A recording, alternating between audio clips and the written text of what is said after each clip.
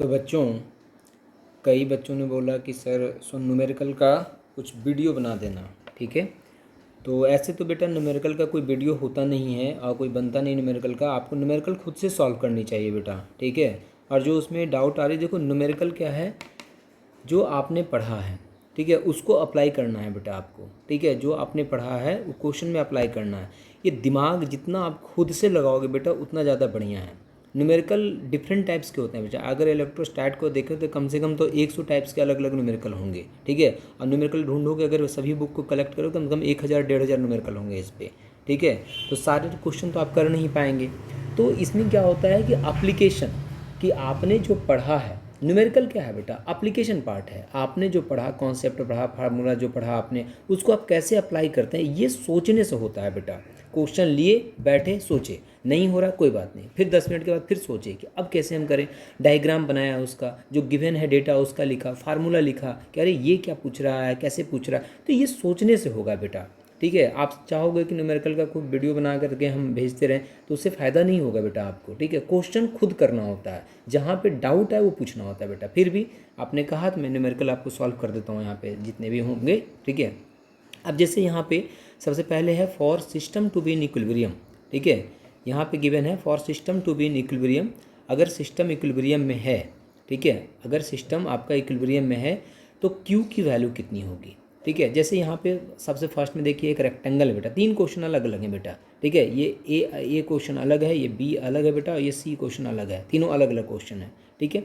तो सबसे पहले अगर देखें हम तो सबसे पहला स्क्वायर है बेटा, स्क्वायर है क्योंकि साइड सभी का सेम है। 4 चार्ज है बेटा, यहाँ पे स्मॉल क्यू, कॉर्नर पे स्मॉल क्यू 4 चार्ज है यहाँ पे, ठीक है। और एक कैपिटल क्यू यहाँ पे रखा गया है, कैपिटल क्यू। आपसे पूछा कि ये बताइए कि कैपिटल क्यू की वैल्यू कितनी होनी चाहिए कि सिस्टम इक्विलिब्रियम में हो जाए। जब भी इस तरह का क्वेश्चन हो बेटा, ठीक है, जब भी इस तरह का क्वेश्चन हो, किसी एक कॉर्नर वाले चार्ज पे आप फोर्स फाइंड कीजिए, ठीक है। और फोर्स फाइंड कीजिए और जो टोटल फोर्स है उसको इक्वेट कीजिए, वहाँ से क्यू की वैल्यू निकल जाएगी। तो सबसे पहली बात, क्यू की वैल्यू क्या होनी चाहिए, पॉजिटिव होनी चाहिए, नेगेटिव होनी चाहिए बेटा, ठीक है। अगर बेटा आप देखें तो जैसे ये, अगर हम मान ले जाए, इसको नाम देते हैं बेटा, इसको नाम देते हैं 1, इसको नाम देते हैं बेटा हम, इसको नाम देते हैं 1, इसको 2, इसको 3, इसको 4, सभी चार्ज को नाम दे दिया। इसको 5 नाम देते हैं बेटा, ठीक है। तो 1 चार्ज जो है, क्योंकि बोलने में अच्छा आसानी होगा बेटा मुझे, 1 चार्ज जो है उस पर जो 2 चार्ज, जो सेकेंड चार्ज है, जो फोर्स लगाएगा तो क्या करेगा, रिपेल करेगा बेटा। वो क्या करेगा, रिपेल करेगा वो, ठीक है। तो रिपेल जब करेगा बेटा तो इस डायरेक्शन में रिपेल करेगा इसको, ठीक है, इस डायरेक्शन में रिपेल करेगा। ये देखो इस डायरेक्शन में रिपेल करेगा। और ये जो फोर्स लगेगा इसकी वैल्यू कितनी हो जाएगी बेटा, एफ किस पे लगा, 1 पे, किसने लगाया, 2 ने लगाया, तो F12। इसी तरह से बेटा 1 पे जो फोर्स लगेगा वो कौन लगाएगा। ये डायग्राम थोड़ा, ये बेटा 1 मिनट, ये डायग्राम थोड़ा नीचे हो गया, ठीक है, 1 मिनट, हाँ।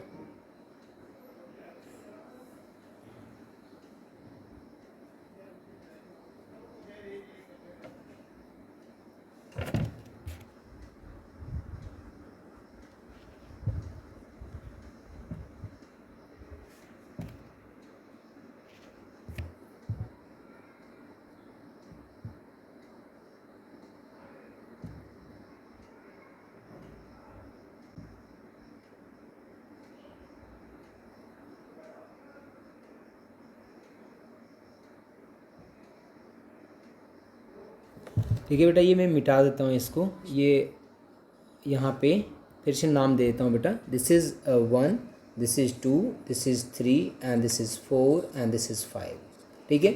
तो 1 पे जो फोर्स लगेगा चार्ज 2 के कारण, वो क्या करेगा बेटा, रिपेल करेगा। इस डायरेक्शन में फोर्स लगेगा, किस पे लगा, 1 पे लगा, किसने लगाया, 2 ने लगाया। इसी तरह से 1 पे जो 4 चार्ज लगाएगा बेटा वो क्या हो जाएगा, F14, रिपेल करेगा बेटा इस डायरेक्शन में, किस पे लगा, 1 पे लगा, किसने लगाया, 4 ने लगाया। इसी तरह से Q1 पे जो चार्ज Q3 के कारण फोर्स लगेगा बेटा वो भी इस डायरेक्शन लगेगा। ये किसके कारण, ध्यान देना, ये किसके कारण, F किस पे लगा, 1 पे, किसने लगाया, 3 ने लगाया, ठीक है। अब जो ये F14 है, जो F12 है बेटा, ये जो फोर्स F14 है, ये जो F12 है, इन दोनों का रिजल्टेंट भी इसी डायरेक्शन में आएगा बेटा, ठीक है। इन दोनों का रिजल्टेंट भी इसी डायरेक्शन में आएगा। मतलब जो हो गया इस डायरेक्शन में बेटा, ठीक है। अगर मैं अच्छे से बताऊं इसको, अगर डायग्राम में अच्छे से लिखो तो इस डायरेक्शन सारा फोर्स क्या होगा बेटा, इस डायरेक्शन में। अगर कैपिटल क्यू को भी आप पॉजिटिव लेते हो, अगर कैपिटल क्यू को भी पॉजिटिव लेते हो तो जो 1 चार्ज है बेटा, नंबर 1 चार्ज जो है, 1 नंबर चार्ज है, इस पे इसके कारण भी क्या होगा बेटा, रिपल्सन होगा, और इसके कारण भी इसी डायरेक्शन में फोर्स लग जाएगा बेटा। मतलब सभी जो एक तो 3 चार्ज हो गया, 2 3 4 जो चार्ज है, जो 5 चार्ज है, सभी के कारण जो फोर्स होगा बेटा इस डायरेक्शन में एक्ट करेगा, और इस तरह से Q1 पे रिजल्टेंट फोर्स लगेगा। और Q1 पे ही नहीं, जब Q1 पे Q2 पे जब जो 2 चार्ज है उस पर भी आप देखोगे तो इसी तरह से फोर्स लगेगा, Q3 पे भी लगेगा, Q4 पे। मतलब कोई भी चार्ज ऐसा नहीं होगा कि इक्विलिब्रियम में रहेगा, सब पे नेट फोर्स लगेगा और मूव करना स्टार्ट कर देगा बेटा, नेट फोर्स लगेगा। तो क्या करना पड़ेगा, तो हमें ये करना पड़ेगा बेटा यहाँ पे कि कम से कम, ठीक है, ये तो हो गया तुम्हारा, ठीक है, ये तो हो गया कि जैसे अगर ये जो फोर्स लग रहा है यहाँ पे, ठीक है, अगर जो फोर्स लग रहा है यहाँ पे जो 1 पे, जो ये 1 है बेटा, ये 2 है, ये 3 है, ये 4 है, ठीक है, और ये 5 हमने लिया है। तो जो फोर्सेज लग रहे थे, F12 इस डायरेक्शन में लग रहा था, F14 इस डायरेक्शन में लग रहा था, और इन दोनों का भी रिजल्टेंट इस डायरेक्शन में आ जाएगा। और 3 के कारण जो फोर्स होगा बेटा, इस 3 फोर्स के कारण जो फोर्स होगा वो भी इसी डायरेक्शन में F13 लगेगा बेटा। तो हमें क्या करना है, ये कि नेट फोर्स इस डायरेक्शन में है, नेट फोर्स किस डायरेक्शन में, इस डायरेक्शन में। तो इसके अगर अपोजिट डायरेक्शन में कोई फोर्स लग जाए बेटा, इसके अपोजिट डायरेक्शन में कोई फोर्स लग जाए, तो पॉसिबिलिटी है कि चार्ज 1 जो है वो इक्विलिब्रियम में आ जाएगा। तो ये अपोजिट डायरेक्शन में, इस डायरेक्शन में फोर्स कौन लगाएगा बेटा, अगर ये चार्ज कैपिटल Q जो है अगर ये नेगेटिव हो जाए बेटा, तो ये क्या करेगा, चार्ज 1 को अट्रैक्ट करेगा अपने टुवर्ड्स में। तो ये जो 3 चार्ज हैं, चार्ज 4, चार्ज 3 एंड चार्ज 2, ये तीनों के कारण जो फोर्स लग रहा है इस डायरेक्शन में रिपल्सन लग रहा है। लेकिन अगर जो कैपिटल Q अगर उसको नेगेटिव लेते हैं तो ये अट्रैक्ट करेगा, और इस तरह से हम कह सकते हैं कि जो चार्ज 1 है उस पर दोनों अपोजिट डायरेक्शन में फोर्स लगेंगे। अब अगर दोनों का वैल्यू सेम होगा बेटा, अगर इक्वेट करेंगे और दोनों के वैल्यू फोर्सेज, ठीक है, इस डायरेक्शन में जो अट्रैक्शन फोर्स है, जो रिपल्सन फोर्स है, अगर सेम हो जाएगा तो हम कहेंगे कि चार्ज जो है वो सभी सिस्टम जो है वो इक्विलिब्रियम में रहेगा। ठीक है, अब हम क्या करेंगे बेटा, यहाँ से हमें अब यही निकालना है। ठीक है, तो सबसे पहले हम क्या करेंगे, यहाँ पे ये 1 हो गया बेटा, ये 2 हो गया आपका, सॉरी ये 1 हो गया था ना, ये 2 है, ये 3 है आपका, ये क्या है 4 है। तो अब फोर्सेज निकालिए सभी के कारण। ठीक है, तो यहाँ पे ये हो जाएगा तुम्हारा कौन सा फोर्स, F12, और ये हो जाएगा F14, और यहाँ पे F13 बेटा इस डायरेक्शन में होगा। ठीक है, तो इन सभी का फोर्सेज का वैल्यू कितना हो जाएगा बेटा, तो अगर हम बात करें तो F12 जो होगा बेटा और F14 जो होगा, दोनों की वैल्यू सेम होगी, क्योंकि इसकी वैल्यू कितनी हो जाएगी, KE अपॉन डिस्टेंस कितना है बेटा, A, तो A²। ठीक है, अब इसी तरह से अगर हम आपसे पूछें स्क्वायर है बेटा, ठीक है, स्क्वायर है तो स्क्वायर का डायगोनल कितना होता है, तो √2 × A होता है बेटा, A अगर साइड है तो जो F13 के कारण जो फोर्स लगेगा बेटा वो कितना हो जाएगा, KE अपॉन कितना बेटा, √2A का होल स्क्वायर। ये कौन सा है, 3 के कारण जो फोर्स लगेगा चार्ज 1 पे। ठीक है, अब मुझे ये बताइए कि जो F14 है, जो F12 है, इसके कारण रिजल्टेंट भी इसी डायरेक्शन में आ जाएगा। इसका नाम हम लेट के हम दे देते हैं F1। ठीक है, तो F1 क्या है बेटा, रिजल्टेंट फोर्स है। किसका रिजल्टेंट है बेटा, ये रिजल्टेंट है आपका, ये रिजल्टेंट किसका है, √अंडर F14 का स्क्वायर प्लस F12 का स्क्वायर, इन दोनों का रिजल्टेंट है। अच्छा, दोनों के बीच का एंगल कितना है बेटा, F12 और F14 के बीच का एंगल कितना, 90 डिग्री। तो √under F14 square plus F12 square plus 2F14 F12 cos 90 degree. तो cos 90 जीरो होता है, तो आगे वाला टर्म इसलिए हम नहीं लिख रहे हैं बेटा। यहाँ पे जब इसकी वैल्यू कैलकुलेट करोगे बेटा, तो यहाँ पे F14 और इसकी वैल्यू जब पुट करोगे तो इसका स्क्वायर, तो बाहर क्या निकलेगा, KE अपॉन A², और यहाँ पे बच जाएगा √2।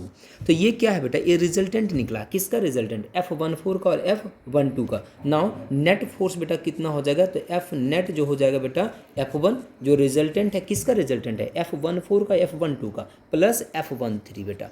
ठीक है, तो नेट फोर्स हो गया यहाँ से KE अपॉन √2A का होल स्क्वायर, मतलब 2A² एंड प्लस F1 की वैल्यू कितनी, ये तो F13 की वैल्यू हो गई, F1 की वैल्यू कितनी है, KE upon A² × √2। This is equation number 1। अब हम क्या करेंगे, हम कहेंगे कि मान लिया जाए ये जो कैपिटल क्यू चार्ज है, अब ये भी तो फोर्स लगाएगा इस पर, और हम नेगेटिव लिए हैं, लेकिन हम अभी दिखाएंगे नहीं, हम डायरेक्शन दिखा रहे हैं कि ये क्या करेगा, अट्रैक्ट करेगा अपने टुवर्ड्स में। और ये जो है बेटा कैपिटल क्यू जो है स्मॉल क्यू जो 1 चार्ज है, नंबर 1 जो चार्ज है, उस पर कितना फोर्स लगाएगा। तो डायगोनल अगर √2a है तो इसकी वैल्यू कितनी हो जाएगी, √2a/2 हो जाएगी बेटा।